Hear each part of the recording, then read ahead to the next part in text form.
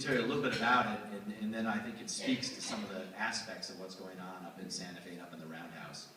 And so, primarily, I believe there's been a few speakers on the tax package, or you've hopefully read a little bit about it, so I'm not going to go into too much depth on the actual pieces of it. But for those of you who weren't aware of what happened, basically, there was a bill at the end. It was actually the film credit bill, and a whole mixed bag of things got amended into it at the very end of the session. And what's in there is a film credit for an increase for TV production. There's also closing high-wage job loopholes. I'll talk about what that does, but basically if you're in the business of marketing, unfortunately your taxes are going to go up. It also included combined reporting so that big boxes and franchises are going to have to pay the same corporate taxes that everyone else does. It also included the hold harmless provision, which I know this is all very sort of tax, but hold harmless is a big deal. We basically give the cities a check every year in exchange to compensate for other tax changes that we've done. And this bill removed the hold harmless provision. We also did single sales factor, and so I know Gary's here. Gary had a good session. Congratulations. So we did single sales factor, and that was actually something I worked on as well. I do think, regardless of the politics associated with it, that is a job creation initiative. And so I was glad that got in there. We also decreased corporate income tax, which of course we'll get into a little bit more on the impact of that. So that's what this package was. This was all one bill. And it actually wasn't even a bill, it was amended into another bill, literally at the 11th hour.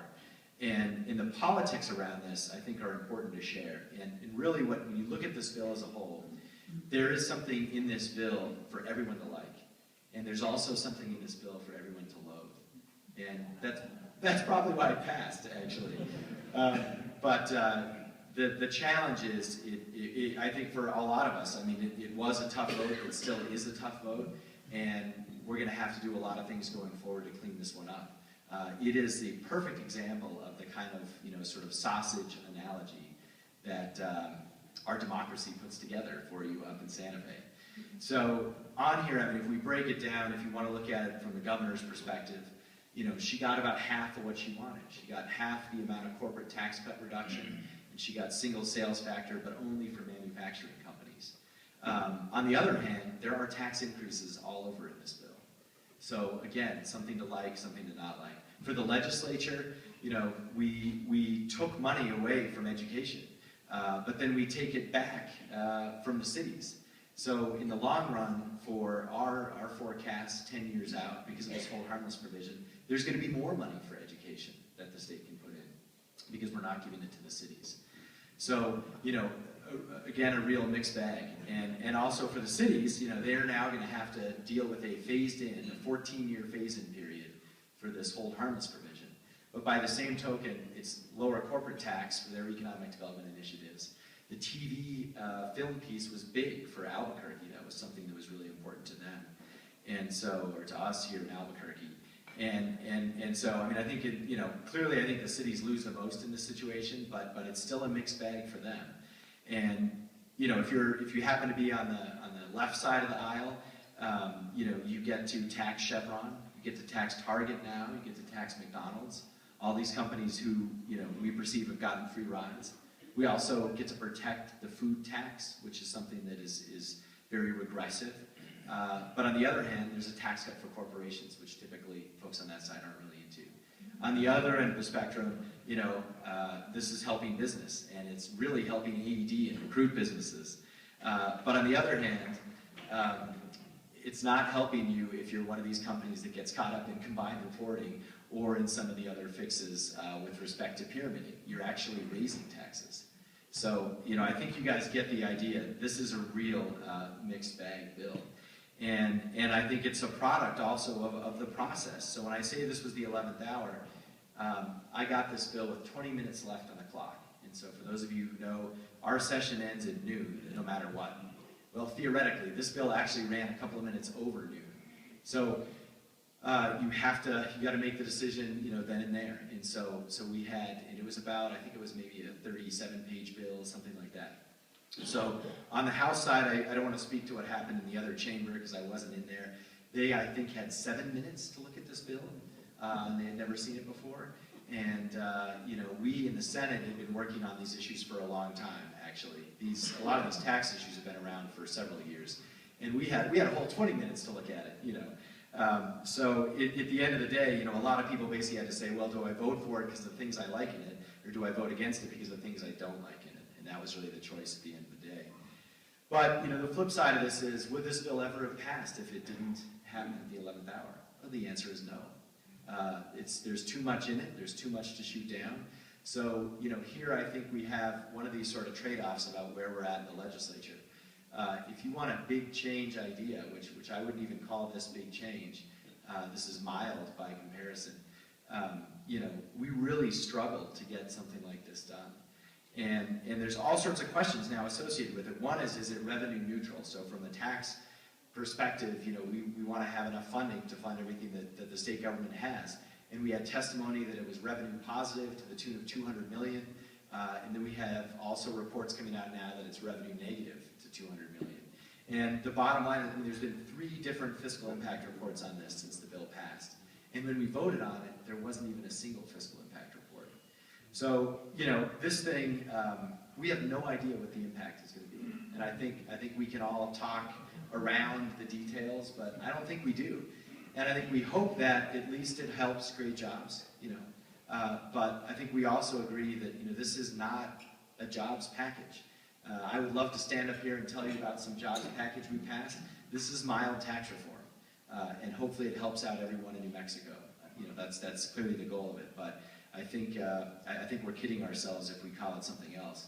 And I think, it's a little bit cynical, but for me, when I look back on this, it bothers me, because I look back on the policy front and the process, and I say, is this the best our legislature can do for New Mexico?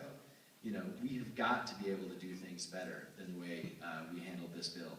And I'll speak to that, I think, more just in the end, but that's the story of the tax bill. So let's hope it works. The good news is it's phased in over time, and I am sure people will already be trying to clean it up next session. In fact, there's a legal issue with combined reporting and the definition of retailer.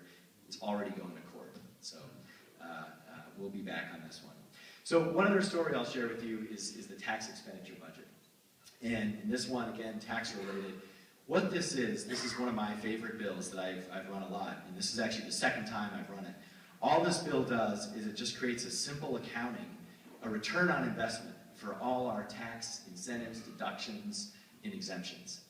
And believe it or not, there are a lot of those. So to the extent you haven't heard about this, there are at least $1 billion worth of tax expenditures in our tax code.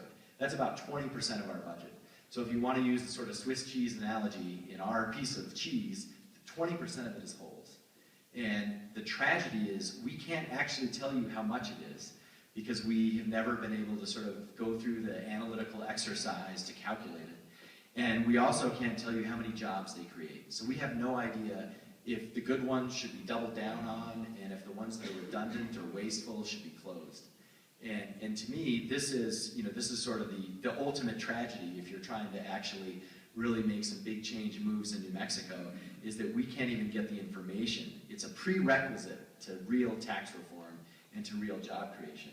So I run this bill every year, the tax expenditure budget. 27 other states do it. It was first run in 2003 by a Republican up from Clayton, and it passed unanimously, vetoed by Governor Richardson.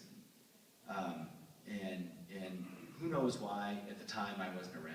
I come around in 2011, think it's a great idea, still think it's a great idea, run it again, bipartisan sponsorship, vetoed by Governor Martinez. There wasn't a single vote against either of those bills in either of those years. So I got some feedback from the fourth floor. They said, it's hard to do. I know 27 other states do it, but it's going to take a lot of time, a lot of resources. This year I ran the bill and stretched it out over 5 years. So you just have to analyze 20% of these expenditures every 5 years. Passes, very few votes against it again, vetoed again.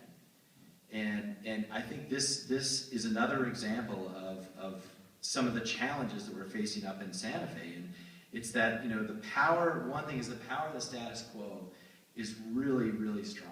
And the status quo in our state, if you want to do business, is related to your ability to get a tax exemption or a tax expenditure up in Santa Fe. So I would actually argue to you that when people say New Mexico is a good place to do business or a bad place to do business, it is a great place to do business for everyone who has one of those tax expenditures. And they know the return on investment for their legislative dollars spent and the whole deal. And so that also speaks to, some of it also gets back to this branch rivalry thing. There's this issue about the executive branch, through now both governors, both parties, not wanting to open up this notion of return on investment in our tax expenditures. And I think it's because it creates all sorts of questions that no one wants to answer. And again, that's just something that, who knows, the next governor, whoever that is, will probably have the same approach. And that's something we've actually got to get over, because I think we cannot have meaningful job creation and we cannot have meaningful tax reform in New Mexico without the information. And that's why this bill is fought tooth and nail behind the scenes, and also why no legislative votes against it now 3 times running. So anyway, that's a couple of stories of 2 bills in the session, and hopefully it at least illuminates, I think, some positives and some negatives about where we're at as a state. And you know, for me, in terms of where are we and where are we going, you know, I think on one hand it's the best of times for elected officials. You know, at the end of the day, we've got a really popular mayor, we've got a really popular governor, we've got legislative majorities on the Democrat side in both chambers, and you know, things are actually pretty good on the political front with respect to us thinking that we're really delivering what our state needs. We also have a great budget set up. We have a $900 million surplus. I don't know if that number really sets in, but we have stashed away enough cash to survive, you know, major sequestration, which is very prudent. It's a wise thing to do. But at some point, you've got to figure out, do we need 500 million? Do we need 900 million? Do we need 1.2 billion? You know, we came into the session with 17% cash reserves. And we have all sorts of things that we could put that money into and make investments with that money. So politically, it's a great place to be. We've got a balanced budget, we have robust reserves, and we actually also have healthy forecasts. Now, at the same time, if I look around our state and when I go door knocking and run for office, it's the exact opposite. You know, we're still 49th, name the category. We've all talked about this. I had a good conversation in the hallway about, you know, when I was in high school, on the debate team, I was debating how to get New Mexico out of being 49th. And it's still happening. And so, you know, there's all sorts of statistics, and I think it's just tough to get into it, whether it's the brain drain or real estate values or number of jobs or construction growth or folks insured or diabetes. I mean, you name the category. So for me, that is a real disconnect, and I think that's why it's so problematic when we go up to Santa Fe or other legislative venues, and we spend so much time on a lot of issues, either that by themselves are important, but they're not going to move the needle in the state, or we spend time scoring points. And I want to give you one example. You know, we passed a class size bill to limit class size, and ever since we passed that bill, you know what we do every year? We waive the class size requirement. So, you know, on the one hand, we can all say we passed the class size bill, and you know, schools and education, we're not gonna pay for it. You know, when it comes down to actually prioritizing in our budget what's important, we're going to waive that requirement. That to me is infuriating, and it happens in public. It's a vote on record, and we do it every year. And I stopped voting for it at the end of the day. But you know, it's always in the name of solvency and fiscal responsibility. And so to me, you know, this is, I just believe in a level of accountability, both for myself and for the legislature. And these are the kinds of things that I think we have to stop doing. And if we look at our state, I think we're adrift. If we think about that 49th number, there just doesn't seem to be a clear agenda to do more than level the playing field. I want to know how we win. I want to know how we actually are beating Arizona and beating Texas, not just matching them with a particular tax code, one or the other. And this is the kind of dialogue that is getting overshadowed by, I think, a lot of other issues that are taking up basically a lot of the political capital and the legislative time. And it is issues like tweaking corporate income tax. It's issues like more testing in our schools, increasing penalties for various crimes. This is what we spent like 50% of the legislature talking about. It wasn't about an agenda to get New Mexico out of number 49. Now, I think each improvement that I mentioned, I mean, each bill is important, and I don't mean to diminish that, and that goes for all the ones I carry too. And the challenge is that you've got to do those, but where's the package that moves the needle in our state? And my constituents, when I tell them about this, they say, it's just every year we try and scratch the surface, just a little bit of help. We'll try and do something that's right, something that's good. And I think that's true and genuine, and that's what I do. But I think it's time for something else. And I think what we have to do, the answer is what should we do going forward? We have to do more, and we have to do it better. And for us, we have to look at big issues in our state. I mean, I really believe, myself included, we avoid big issues up there like the plague. And we've got to talk about how we actually fix our funding formula in education. That is the holy grail. It's like solvency. No one wants to ever touch it, but that is the root cause of a lot of the funding discrepancies that we have. We've got to talk about, real economic stimulus with, I think, some of the surpluses that we have. $900 million sitting around in the bank annually isn't helping the economy. Let's put that to work. We've got to talk about a comprehensive economic development strategy, something that is full throttle, that actually takes advantage of the assets that we all know about, whether it's the bases or natural resources or our tremendous cultural assets that we have. It's the Albany model, it's the Austin model, it's everything that actually I've heard a lot of folks talk about, and I've listened very close to those models. But at the end of the day, we so far don't have the courage to do that, and I think that's what we need. And I gave a shot at this year. I spent all summer on a committee, which a lot of you helped out with, and I want to thank you for that, putting together a tech transfer package to make us the #1 state in tech transfer in the country. And in that package, I mean, there was 9 different bills, there were 12 legislators, both sides of the aisle involved in it. And the whole idea about using our labs and using our research facilities, and there was stuff in here about tenure for professors and state land business investments and all sorts of credits for STEM graduates and so forth. Comprehensive package. That package didn't get out of the first committee because we were told that that's Albuquerque's problem or that that's Los Alamos' problem. And this is, it's just a good example of how far I think we've got to go. And so, for me, I don't want to be too negative because I think that we do have an opportunity, and I think that we have been getting better each year. This session we did more than any other session I've been a part of. And so that's something I'm proud of. That's something I think we should all be proud of. But we've got to raise the bar.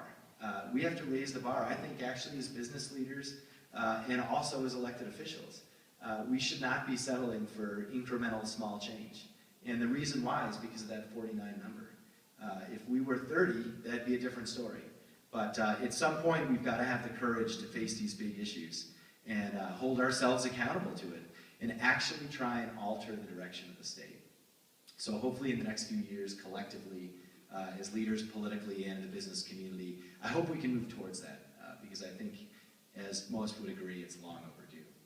So that's really all I wanted to share with you today, and I'm happy to field questions on any of this. Very good.